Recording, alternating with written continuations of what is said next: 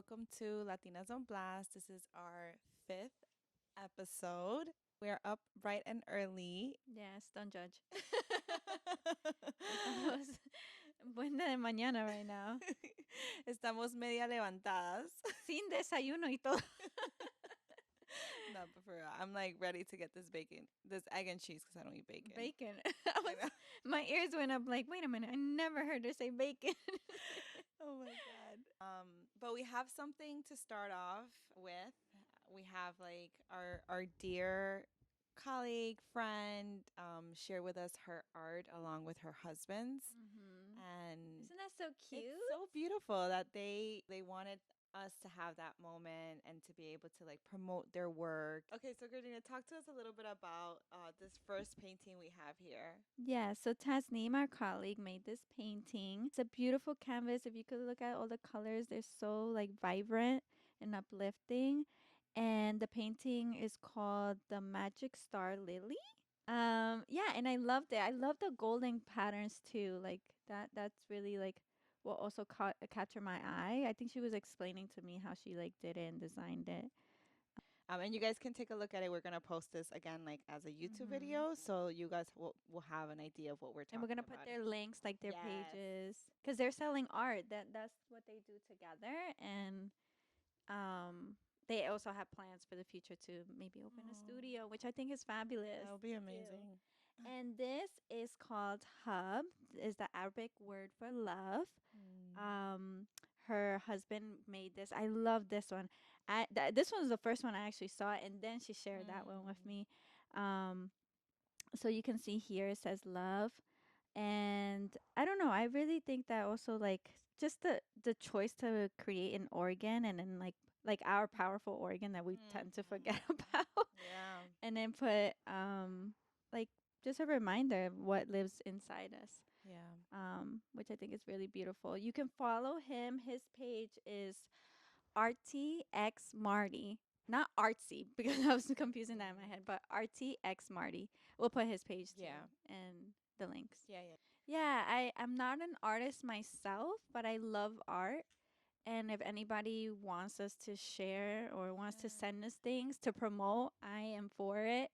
Um, like I said, I'm not an artist, but I really do admire like the art community, and I think that's a community that grows, rapidly on Yeah. social media. So if you want to use us to promote your art or your page, we're all for it. But yeah, guys, we'll share the links. You guys have access to it, so you guys can look through their artwork and see if maybe there's anything that you're interested in. And if you are interested in anything, let us know. We look forward to hearing like what you guys found in their artwork, and you'll And really follow appreciate their it. pages. I mean, we're Yes. gonna put the links. Follow them, like. Yeah.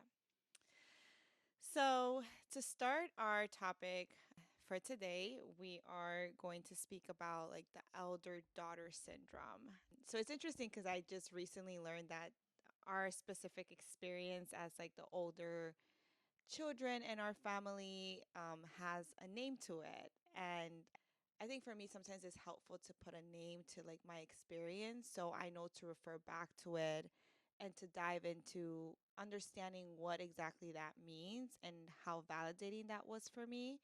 So, the elder daughter syndrome basically means that you, as an older daughter, have a different position in your family. There's a much higher expectation, and you share a large responsibility within your family system.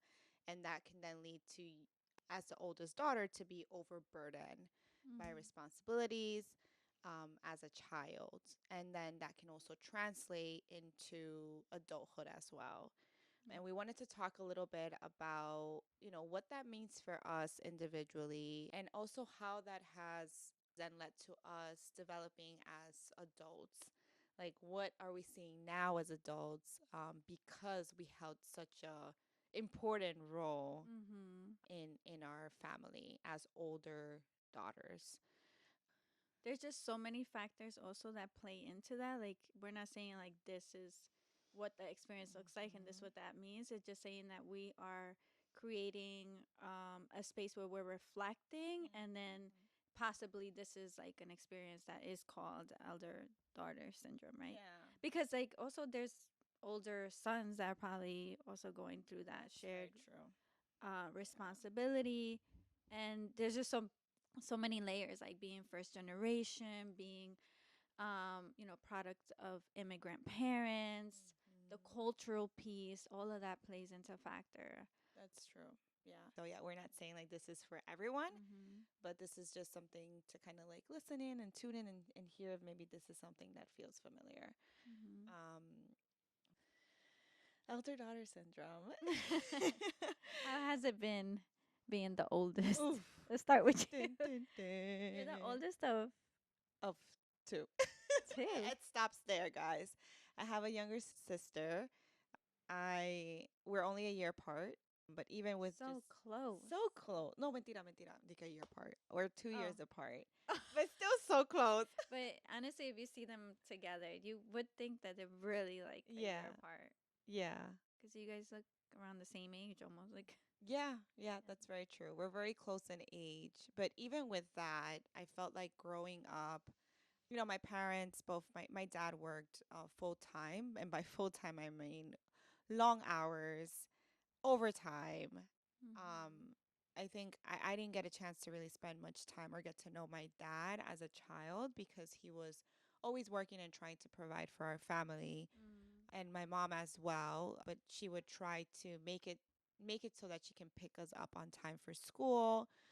So during the time that she wasn't with us, let's say on the weekends if she had to work or weekdays, and I had to stay under the supervision of like my family or aunt or uncle or cousin, Mm-hmm. there were duties that were delegated to me as an older sibling. I was often told like, make sure that your sister is eating, make sure that your sister is, doing her homework. Mm-hmm. In addition to like our aunts and uncles, like I was also supervising in some way, like my sister. I held, for me as a child, I remember feeling very prideful. Like I was like, "Ooh, like I'm the oldest." And sometimes I would, my sister, we talk about this all the time. Like I felt like I had the power to discipline her because Mm. so much power was being, They literally just gave you the they baton. gave me the baton, right? And so Dangerous. yes, so dangerous. I Mm. really became a parent in a relationship with my sister that even impacted our dynamic as sibling to sibling. Mm. There was a lot of tension between us growing up because I just felt that I had the authority to to just demand her to do things. Yeah. Yeah, I guess that's like I wonder for you, Gardenia, like what do you feel like you were like a caregiver growing up to your sisters? I mean, Gardenia, you have a much bigger family in Yeah, terms of your yes. siblings. So I'm the oldest of five. Hmm. We're all 2 years apart. So, I mean, when I'm thinking really hands on when I took this role, I could tell you exactly. I was like 8, 9. My parents were going through their own conflict, and I can tell you, like, there's just parts in your life where, I don't know, this is something I do, Mm. where the moment really sticks in your memory. So I remember I was such a fanatic of Barbie dolls, and I remember gathering all my Barbies and putting them in this green box that my godmother gave me. And I literally had to say goodbye to my Barbies. I remember saying like Mm. this moment so vividly in my mind. Like I had to say, like in my mind, like I can't play anymore because I have to make sure that I wake up in time to help with breakfast, get my Mm. siblings ready for school. We had to wear uniforms, so I was partly like responsible to make sure that they were putting their uniform on right. And we're talking about like if I was 9, my brother was 7, my other sibling was 5. Mhm. So we're talking about little children that we we basically had to like lean on each other, and they particularly leaned on me because my dad was out of the house. My Mm. mom was dealing with her own mental health issues and was impaired to really take care of us. And so there were things that I was worried about that I shouldn't be Mm. worried about. Like if there was going to be enough food for the day, how it's gonna help all of them do their homework on top of also like um I had family members who would come to me for support because they didn't know English. So I was also like helping like Mm. family members fill out applications for food stamps or translating documents that came from school or things like that. Or even just like helping family members like apply for jobs they couldn't fill out the application in English. Um and those moments that stick out so vividly, like it's a part of me that I am still, it's like this role that it doesn't go away. Like Yeah. my siblings see, they don't call me mom, but they see this like authoritative figure. Mm. Um, They lean on you. It's like they trust you, yeah, they right? trust what I say. Yeah. My word has some Value. validation. Yeah, some value. And I think that's hard because That's so sometimes I just hard. want to like lay back I and just like want to chill. just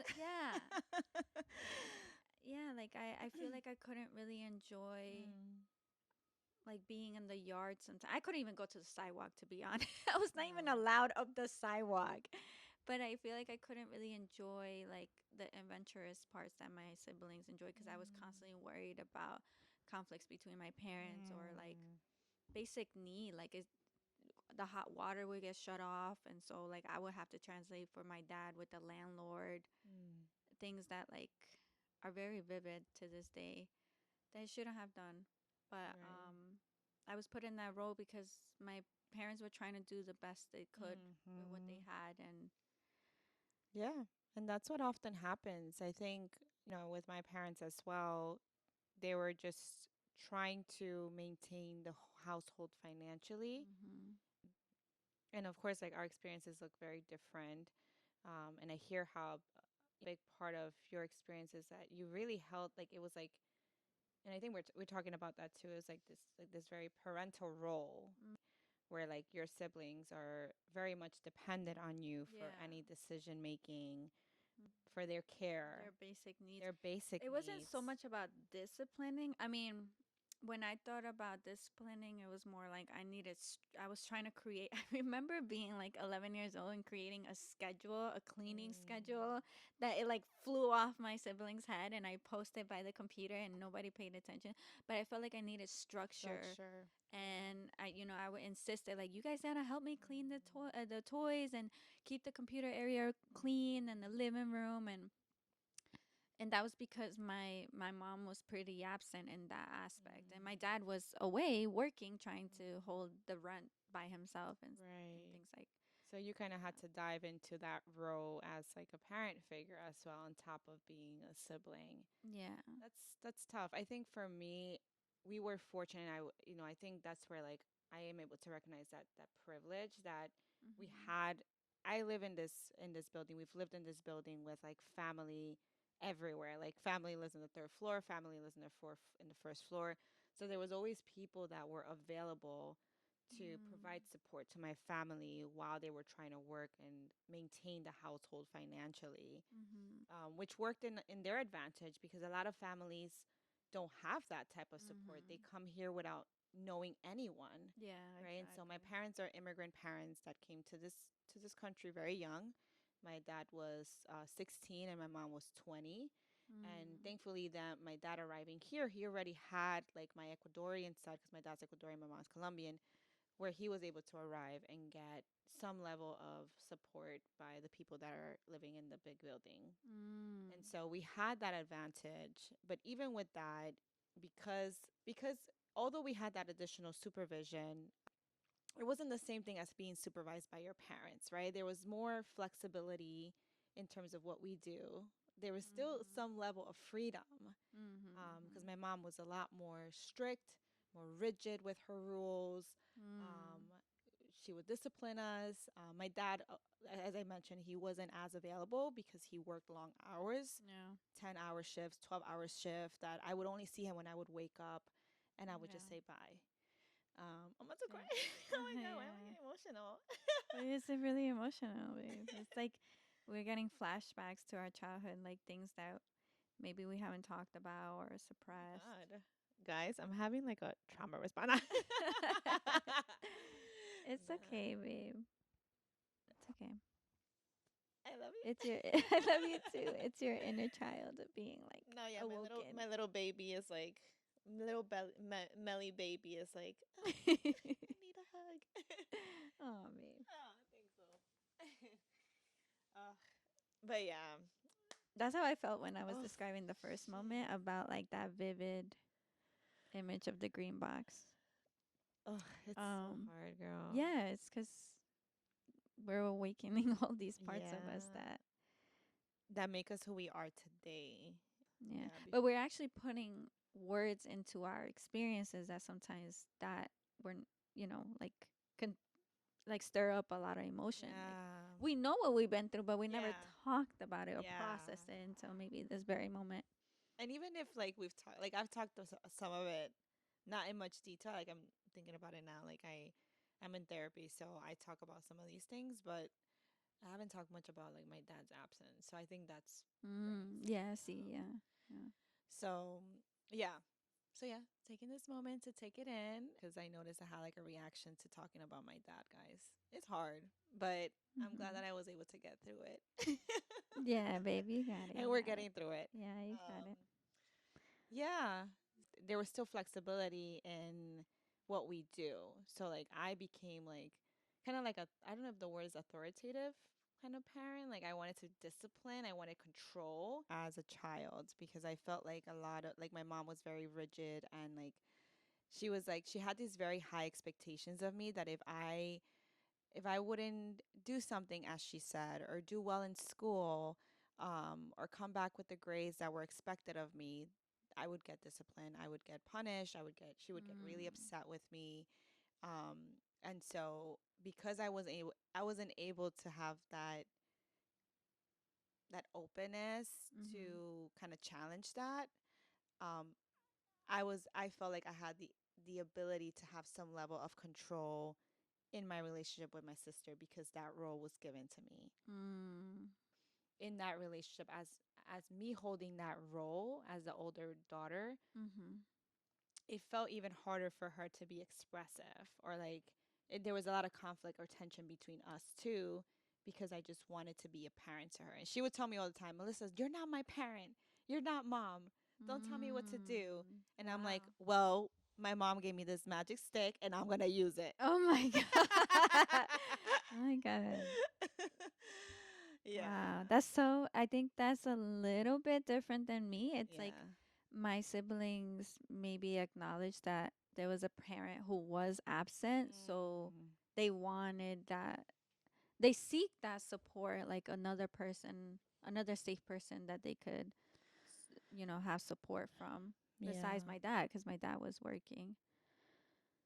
Maybe that had a lot to do also with the fact that in my situation, I noticed a difference in treatment. And I think that also played into the control as being like the eldest daughter, the difference in treatment and expectation as the older daughter versus a younger daughter. Mm. So I was given all this authority, but I was given less flexibility. Mm. My sister wasn't given that role, but she was more flexible. My mom was a lot more gentle. She was a lot more, because she was like la niña, right? She was like tienes que cuidar a la niña. Like my sister received like was a lot more like catered to, Mm-hmm.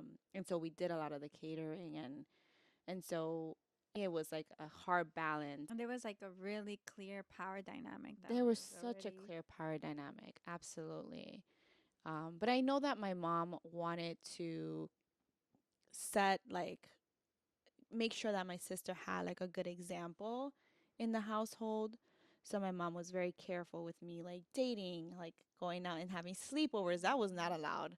I don't know about you, girl, but like in our family, like my mom was like, no, like Yeah, no. off limits, dating, Yeah. going out with friends. Like I mean, I rebelled later on, but as a child, like that was not allowed. Like I had to be Yeah. una niña buena en la casa, do Mhm. your homework, come back with good grades. Mhm. You're gonna go to college. Yeah. That was like ingrained in me. Yeah. Yeah, expectations were there. Oh I my mean, god. I could see that from my dad. Mm. Like his way. I think unconsciously he was kind of like guiding me, like you gotta get a college Yeah. education to get out of poverty. Like that was his Mm-hmm. thing. Like we need to boost our chances of becoming like financially successful in Yeah. the future, and that is by your path of going to college.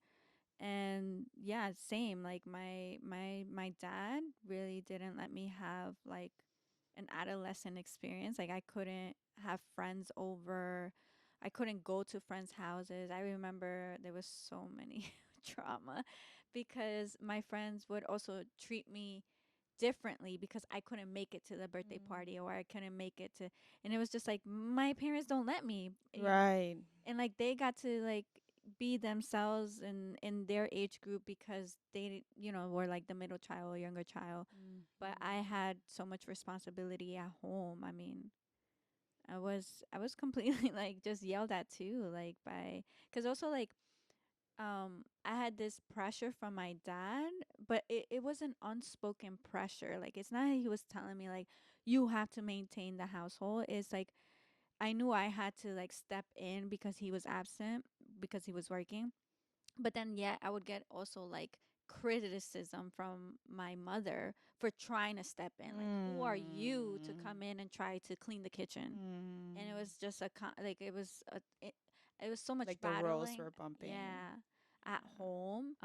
And there was just so many also like inappropriate beliefs that like my mom had about me, and I was just simply trying to just make sure that my siblings were fine, like that they were, Mm. eating a good healthy meal, Right. or they didn't have to worry about like presenting like an empty folder with no homework. Mm. I had to do like very simple stuff, making sure their permission Mhm. slips were signed. Yeah. Yeah. I feel like overall giving feedback to parents can be hard. And I think for me, I'm thinking about like, yes, over time, like my mom and like there was this very high expectation. Over time, like my mom became a little bit more flexible. Mm. But And how old were you then already? I was, I was You're like, probably like in seventh grade. oh, you were in middle So school. that's when I started to have like a best friend, and then she let me hang out with her. She lived across the street from me. But Wow. I think it was because she lived right there. Oh yeah, yeah. So my mom had met the family, had like she had that somewhat of some trusting relationship with Mm, them. So she became a no. little bit more open. For me, no. The ropes got tighter in middle Oh, school. really? Yeah. Yeah, and then that's when I had my first boyfriend that freaked out my dad. And it's just like I was just doing like normal teenage stuff. Like I just wanted to Yeah. like go out, hang out after school. I never really stayed after school. Like I knew I had to be Mm. home. Do you think that some of that was that your dad was worried that you would step out of your role? Like, who's gonna take care of your Yeah. siblings? Yeah, yeah, Oof. definitely. Yeah, Yeah. because the other adult was Wasn't. not really Yeah. like fully present. Yeah. Wow. That's hard. That must be scary. I Yeah. probably was really scary for your dad to start to see you trying to like gain your independence, like your Mhm. individuality. And I think that's scary for any parent to see because it's like for like my parents, especially when I entered high school, there was always this concern, and we've talked about this of like making the wrong choices, of no longer coming back with good grades, of getting pregnant. Sometimes our parents hold tighter to us or try to Mm. because they're concerned about us making the wrong decisions and quote unquote failing from what they had like this idea of what our path will look like, and for Yeah. it to completely change for them, Yeah. that's scary. Yeah, it's like this vision that they Yeah. had for us since probably Since we since were little. yeah, way before we were born. Like to my dad, like I could like a boyfriend was off limits. Like Yeah. I could not even talk to a dude. It would be such an issue. And I remember like having those conversations with my dad, like being very straight up like that. I just want to hang out. Like that's all I want to do, and then I'll come home. Like I'm not Mm-hmm. looking to sleep over. and it wouldn't click. To him, it was like boyfriend equal pregnancy, and that's it. There's Mm. nothing in the middle between that. Mm-mm. There was no conversation of how to protect yourself, no conversation on like things to look out for, the stages of romance. There was no conversation. It Yeah. was just like, if you have a boyfriend, you're gonna end up having sex Yeah. and you're gonna get pregnant. Like, Yeah. no, dad, it doesn't work that way. No. Oh my God, girl. That's so funny. And he Every single became time. and Yeah. he became so much more restrictive that Mm. it made me want to escape even more. Like, the more he Mm. came to like nail me with rules and like watch me after school where I was going and things, like the more I wanted to escape. Yeah. And I remember vividly. I remember that I had already felt so somewhat restricted, and more so restricted, not like that I can't step out of my house completely, but more so that I was tied to making sure I was being this great role model to my sister. Like, there Yeah. was no room for fun, right? And I just Yes. felt like I needed fun. I know. And I remember sitting down with my mom, and I'm like, I'm about to enter high school, and you hear all these great things. Well, for the most part, you hear about like going to parties, meeting boys, and I was like, I want to meet boys. I want to go to a party. I want to Yeah. go to a hooky. I need all those experiences. Yeah. And I remember sitting with my mom, and I'm like, Ma, we need to talk. That for her, I feel like in that moment, it kind of felt a little threatening to her because I'm like, I'm Wow. challenging her now. Like, I'm not Mhm. abiding to your rules and expectations. Now I'm asking you to work on my expectations. Wow, you were brave for that, because honestly, I was afraid of my dad. I could not verbalize anything to my dad Oh my because God. it just, my dad sometimes, I think he's improved in this. Like, it always had to be his way. Mm, Never, you couldn't ever um put doubt or try to change his mind. Like, it had to be that's his way. hard. Like, I feel like our family, especially as the oldest daughter, Yeah. as women, everything that our parents did, there was some level of like they just wanted to protect us. They Mhm. wanted us to be able to not get hurt, to um not impact like the path that they thought we were heading to, like Mm. valuing education. My mom always said if you get pregnant, you're not going to be able to focus on your goals, right? Like, it's Mm. going to be a barrier. um There's Melissa, if, also shame about that. Like, oh, about pregnancy and sex. yeah, like if other family members knew that your cousin had a Yes. kid, and it was always that comparing, like, you don't want to end up like your cousin with two kids, two baby dad. I'm like, Girl. dad, I'm a whole different person, Yes. dad. They would always use our Another members as example. examples. Yeah. Like, this is what you don't want to, let's put this on a freaking board. Let me tell you exactly what you don't want to Mhm. end up like. And Yeah. honestly, that really also, like, that scared, like, it scared me. I always Yeah. felt like touching like a boy or kissing him will end up in sex and I will end up pregnant. Like, My thing was like, the more he said no, the more oh unconsciously no, I wanted to girl. go out there. The more he said no, the more they said no, I was a lot more hesitant with like Oh, intimacy. But with going wow. out, I still went out. I was rebelling against that. Maybe that can speak to who, like, a part of you that you are now. Yeah, girl. Like, maybe that's why, we talk about like Yeah. you feeling that you're reserved. That Yes. that could now, Mm? processing this. This could be the reason why, because I'm just more like, I don't give a fuck. I'm like Yeah. hands off, but like you Yeah. hold back, I do and hold it could be back. that like inner voice, your dad's voice. Yeah, my mom's voice, like, Melissa, you don't want babies right now. And I'm like, Or like, Mom, get out of my Melissa, head. a wink is forbidden. But yeah, like, it really plays into like all these different um what's it called? All these different ways like we were kind of raised and Mhm. brought up as children, then translate into adulthood. Like, you brought up a good point. Like, I'm very reserved. I really do take my time with people Mhm. and careful with trusting, and Mhm. cautious. And not to say that I don't socialize. I If you see me, I appear as a social butterfly, but Mhm. internally I'm like, Finally, I nah, pictured like a little girl just like, taking notes. yeah, Mm-mm, no, nah, no. this is not working out. Yeah. Like, so we work very closely, Gardenia and I work in the same, in case people, you just to like refresh everyone's memories. At this point, they should know. If you watched episode 1, episode 2, y el 3, y el 4, y el 5, But some you should people know. skip, Loki. They do? I don't Oh my know. god, that made me sad. Well, let's hope not. But we work together. So I feel like Gardenia, you're very assertive. Like she's like a leader. She's like fuego at work. Like in a good way though, because like she really does provide structure. And I could see how all of your experiences have tied down to like who you are as a person. It's so Um, funny because that's happening parallel. Like that's yeah, happening me towards you. Like I'm yeah, seeing like what you have been through and who you are. yeah, How's that make up of you? And it's happening for you too. yeah, yeah, yeah. Yesterday, I was talking to Gardenia, and I'm like, damn, like who am I? I was like, who am I? And Gardenia kept saying, confident, confident. She was really tired. She's like, confident. She was like a broken record for a minute. Yeah. I was like, estoy el disco de rayado, like Confident, confident, confident. confident, confident, confident. Let's put it into the vault. Confident, confident. um, but yeah, it's so funny how it translates into to who we are today. Like perfectionism.